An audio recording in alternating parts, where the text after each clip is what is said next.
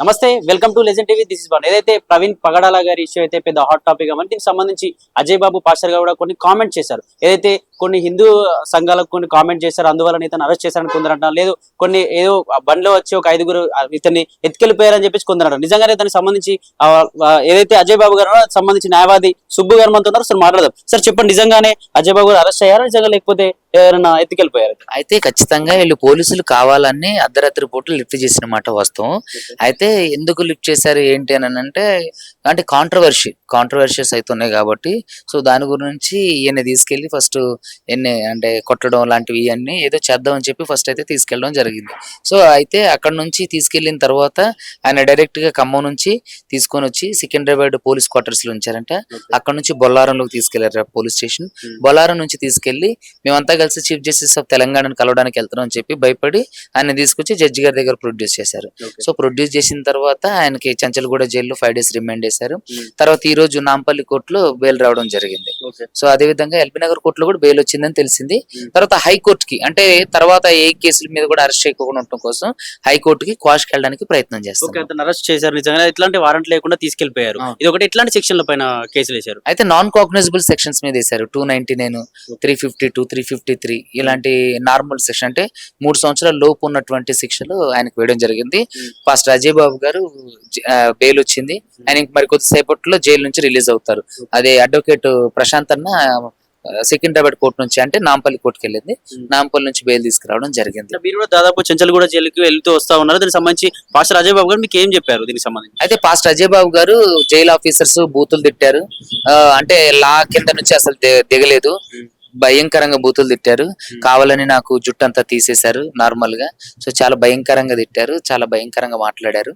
So ఇట్లా జరిగింది అని చెప్పేసి నన్ను కొంచెం త్వరగా బయటకు తీసుకురండి, నాకు ప్రాణాపాయం ఉందని చెప్పేసి బాధపడ్డారు.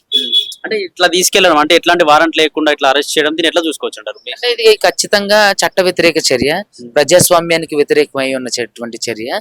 సో కాబట్టి ఖచ్చితంగా మనం ఈ విషయంలో అంటే గౌరవ కోర్టులను ఆశ్రయించడం మంచిది అనేది నా ఉద్దేశం. ఎందుకంటే చట్టాలను కాపాడాల్సినటువంటి ఈ పోలీసులే చట్టాలను తమ చేతుల్లో తీసుకుని అక్రమంగా పోలీస్ స్టేషన్ నుంచి అంటే అతను వాళ్ళ ఇంటి దగ్గర నుంచి చట్టానికి వ్యతిరేకంగా రాత్రి 8:30 గంటల ఆ ప్రాంతంలో తీసుకెళ్లి ఎక్కడికి తీసుకెళ్తున్నారు ఏంటి అని కూడా ఇన్ఫర్మేషన్ ఇవ్వకుండా అది 5వ తారీఖు సాయంత్రం 8-8:30 ప్రాంతంలో తీసుకెళ్లిన వ్యక్తిని సాయంత్రం 6వ తారీఖు సాయంత్రం 5 గంటలు 6 గంటల ప్రాంతంలో జడ్జి గారి దగ్గర ఏది సిటీ సివిల్ కోర్ట్ జడ్జి గారి దగ్గర ప్రొడ్యూస్ చేయడం జరిగింది.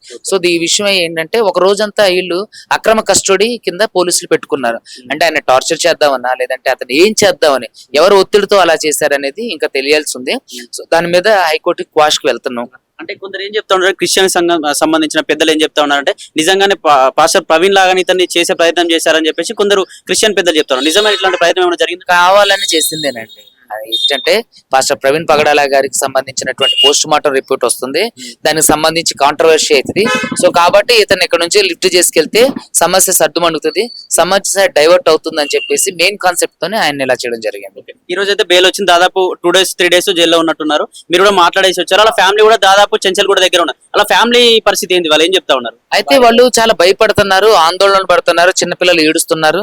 అర్ధరాత్రి వచ్చి ఒక కుటుంబంలో నుంచి ఒక పెద్ద దిక్కును తీసుకెళ్లిపోతే కుటుంబం ఎంత భయభ్రాంతులకు గురవుతుంది. కుటుంబం అంతా కూడా ఏంటంటే భయపడిపోయారు, కంగారు పడిపోయారు. వాళ్ళకి ఏం తిండి లేదు, నీళ్లు లేవు, ఏం లేవు. అంతా కూడా వాళ్ళు ఖమ్మం అర్బన్ పోలీస్ స్టేషన్ దగ్గరే కూర్చోటం, మా అవన్నీ ఎక్కడికి తీసుకెళ్లారు, ఎక్కడ ఉంచారు, ఎక్కడ అంటే ఇవన్నీ అంటే వాళ్ళ మీద ఒత్తిడి తీసుకురావటం, వాళ్ళు చెప్పకపోవడం. ఫస్ట్ ఏమో మేము ఖమ్మం పోలీసులు అని చెప్పి అర్బన్ పోలీసులు అని చెప్పారంట. తర్వాత వెళ్ళి పోలీస్ స్టేషన్కి వెళ్తే అసలు మీరెవరు, మీరు ఎప్పుడు వచ్చారు మా దగ్గరకు అని చెప్పి మాట్లాడడం జరిగిందని తెలిసింది. సో ఇదంతా ఏంటంటే పోలీసులు చట్టాన్ని తమ చేతిలో తీసుకొని ఎవరో పెద్ద బాస్ కు సంబంధించినటువంటి పెద్ద తలకాయలు ఇవన్నీ కలిపి వెనకాల ఉండి పోలీసులతో నడిపించారనేది నా అభిప్రాయం. అంటే ఏదైతే హిందూ సమాజానికి సంబంధించిన రాముడు సీత విషయంలో కామెంట్ చేశాడని చెప్పేసి ఒక చర్చ అయితే లేవనైతున్న పరిస్థితి. ఇంకా నిజంగానే పెద్దవాళ్ళు ఉన్నారు, కావాలనే పాస్టర్ ప్రవీణ్ లాగా చేసే ప్రయత్నం జరుగుతా ఉంది అని చెప్పేసి కొన్ని కామెంట్స్ కూడా చేస్తా ఉన్నారు. కొందరు హిందూకు సంబంధించిన వాళ్ళు వాళ్ళు కూడా వీడియోస్ కూడా చేస్తా ఉన్నారు, ఈ సంగతి చూస్తామని చెప్పి కామెంట్స్ కూడా చేస్తా ఉన్నారు. దీన్ని ఎట్లా చూస్తారు మీరు? చూడండి, ఇది నిజంగా అనాగరిక చర్య. ఏంటంటే మరి అలాంటప్పుడు రాధా మనోహర్ దాసు దారుణమైన మాటలు మాట్లాడిండు. మేరీ మాత విగ్రహం మీద వచ్చబోయండి, యేసు ప్రభు విగ్రహం మీద వచ్చబోయండి. మరి అలాంటప్పుడు పాస్టర్ ప్రవీణ్ అజయ్ బాబు గారిని అరెస్ట్ చేసినట్లే మరి ఈయన కూడా రాధాబాబుని కూడా అరెస్ట్ చేయాలి కదా. అదే విధంగా ఇంకా ఎవరైతే ఉన్నారో లలిత్ని, తర్వాత అదే విధంగా హమారా ప్రసాద్, వీళ్ళందరూ కూడా అరెస్ట్ చేయాలి కదా. మరి వీళ్ళని ఎందుకు చేయలేదు? ఇక్కడ పార్షియాలిటీ చూపిస్తున్నట్టే కదా. మరి ప్రజాస్వామ్యం ఎక్కడ బ్రతికుందని చూడాలి. వాళ్ళ మీద కూడా ఎఫ్ఐఆర్ వెళ్ళి మరి వాళ్ళని కూడా అరెస్ట్ చేయాలి కదా. సో కావాలని ఇదంతా పాస్టర్ ప్రవీణ్ పగడాల గారి ఏదైతే రిపోర్ట్ వస్తుందో, మార్చురీ రిపోర్టు, సో దానికి సంబంధించినటువంటి టాపిక్ ని డైవర్ట్ చేయడం కోసం, క్రైస్తవ సహోదరులందరినీ భయభ్రాంతులు గురి చేయడం కోసం, తర్వాత రానున్న రోజుల్లో ఎవరో కూడా ఇలాంటివి చేయకుండా ఉంటారని చెప్పి వీళ్ళని భయపెట్టడానికి చూసారు. కానీ ఖచ్చితంగా ఆయన 1 రోజు మాత్రం 2 రోజులు జైల్లో ఉన్నారు, ఈ రోజు విడుదలవుతున్నారు. అంటే పాస్టర్ ప్రవీణ్ గారిది హత్య అని చెప్పి క్రిస్టియన్స్ అంటారు, లేదు ప్రమాదం జరిగిందని సంబంధించిన ఆంధ్రప్రదేశ్ ప్రభుత్వం కావచ్చు, చంద్రబాబు అందరూ చెప్తా ఉన్నారు. నిజంగా అది ఒకవేళ హత్య అని తేలితే నెక్స్ట్ ఎట్లాంటి పరిణామాలు ఉండబోతుంది? చూడండి, ఇది ప్రమాదమే అనుకోండి, మరి పోస్ట్ మార్టం రిపోర్ట్ ఇవ్వడానికి ఎందుకు ఇన్ని రోజులు అంటే జాప్యం చేయాలి? ఏంటి అవసరం? అది ప్రమాదమే కదా, తీసుకొచ్చేసి ఇదిగో ఇలా జరిగిందని చెప్పేసి చెప్పండి. మరి ఇన్ని రోజుల వరకు ఎందుకు ఆపడం? ఖచ్చితంగా ఇది జరిగింది హత్య అనేది నా అభిప్రాయం. ఇది యాక్సిడెంట్ అయితే కాదనేది నా అభిప్రాయం.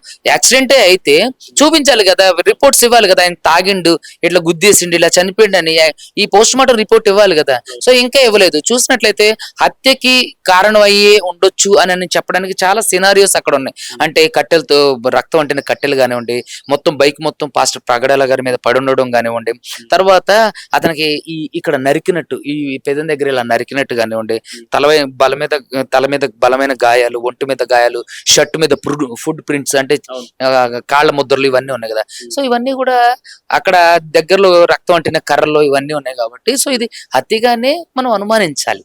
సో ఇది హత్య అనేది నా అభిప్రాయం. నేను చూసిన దాని ప్రకారం, ఇక పోలీసులు చెప్పే దాని ప్రకారం అయితే నాకు తెలియదు, కానీ నా అభిప్రాయం ప్రకారం అయితే ఇది హత్య అయి ఉంటుందని నా అభిప్రాయం. సో ఖచ్చితంగా ఇక్కడ భారతదేశంలో సెక్యులర్ కంట్రీగా పిలువబడుతున్న భారతదేశంలో, తెలంగాణ, ఆంధ్రప్రదేశ్లో క్రైస్తవులకి మరి ముఖ్యంగా హిందువులకి రక్షణ లేదు. వీళ్ళ మీద దాడులు జరుగుతాయి.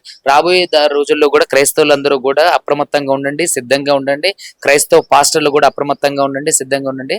రేపటి రోజున ఏదైనా జరగవచ్చు. సో ఈ రోజు మీది కాదుకపోవచ్చు, కానీ రేపు ఖచ్చితంగా మీ ఇంటి వరకు ఈ సమస్య వస్తుంది. సో కాబట్టి అందరూ ముక్త కంఠంతో దీన్ని ఎదిరించండి. అజయ్ బాబు గారికి బెయిల్ వచ్చేసింది, ఓకే, బెయిల్ వచ్చేసింది. దీనికి సంబంధించి మళ్ళీ ఏదైనా విచారణ ఉండబోతుందా, లేకపోతే అతను జాగ్రత్త ఉండాల్సిన అవసరం అయితే ఉందా? ఖచ్చితంగా ఉండాలండి. ఎందుకంటే 5 పోలీస్ స్టేషన్లో ఎఫ్ఐఆర్ అయింది కాబట్టి ఇప్పుడు 2 పోలీస్ స్టేషన్లో బెయిల్ తీసుకున్నారు. సో మిగతా పోలీస్ స్టేషన్లో కూడా కావాలని ఇంకా 12 ఎఫ్ఐఆర్లు చేయడానికి సిద్ధంగా ఉన్నారని తెలిసింది. సో మిగతా దాంట్లో కూడా ఎఫ్ఐఆర్లు చేస్తారు. సో కాబట్టి ఆయన అరెస్ట్ చేసే అవకాశం మళ్ళీ ఉంది కాబట్టి వెంటనే వీళ్ళు హైకోర్టు కంటే నేను హైకోర్టుకు వెళ్తాను అంటే లోయర్ కోర్టులో ప్రశాంత్ అన్నని వేరే అన్న ఉన్నారు, హైకోర్టులో నేను డీల్ చేద్దామని మాట్లాడుకున్నాం. ఇంకా అవ్వలేదు ప్రొసీజర్. సో అనుకున్నాం నేను హైకోర్టుకు తీసుకెళ్తాం, ఆయన అక్కడికి వెళ్ళడం అని. సో ప్రొసీజర్ హైకోర్టుకు తీసుకెళ్లే ప్రొసీజర్ కూడా ఆల్మోస్ట్ అంతా పూర్తి అయిపోయింది. సో ఈయనకి తర్వాత స్టెప్ ఏంటనేది చెప్తాను.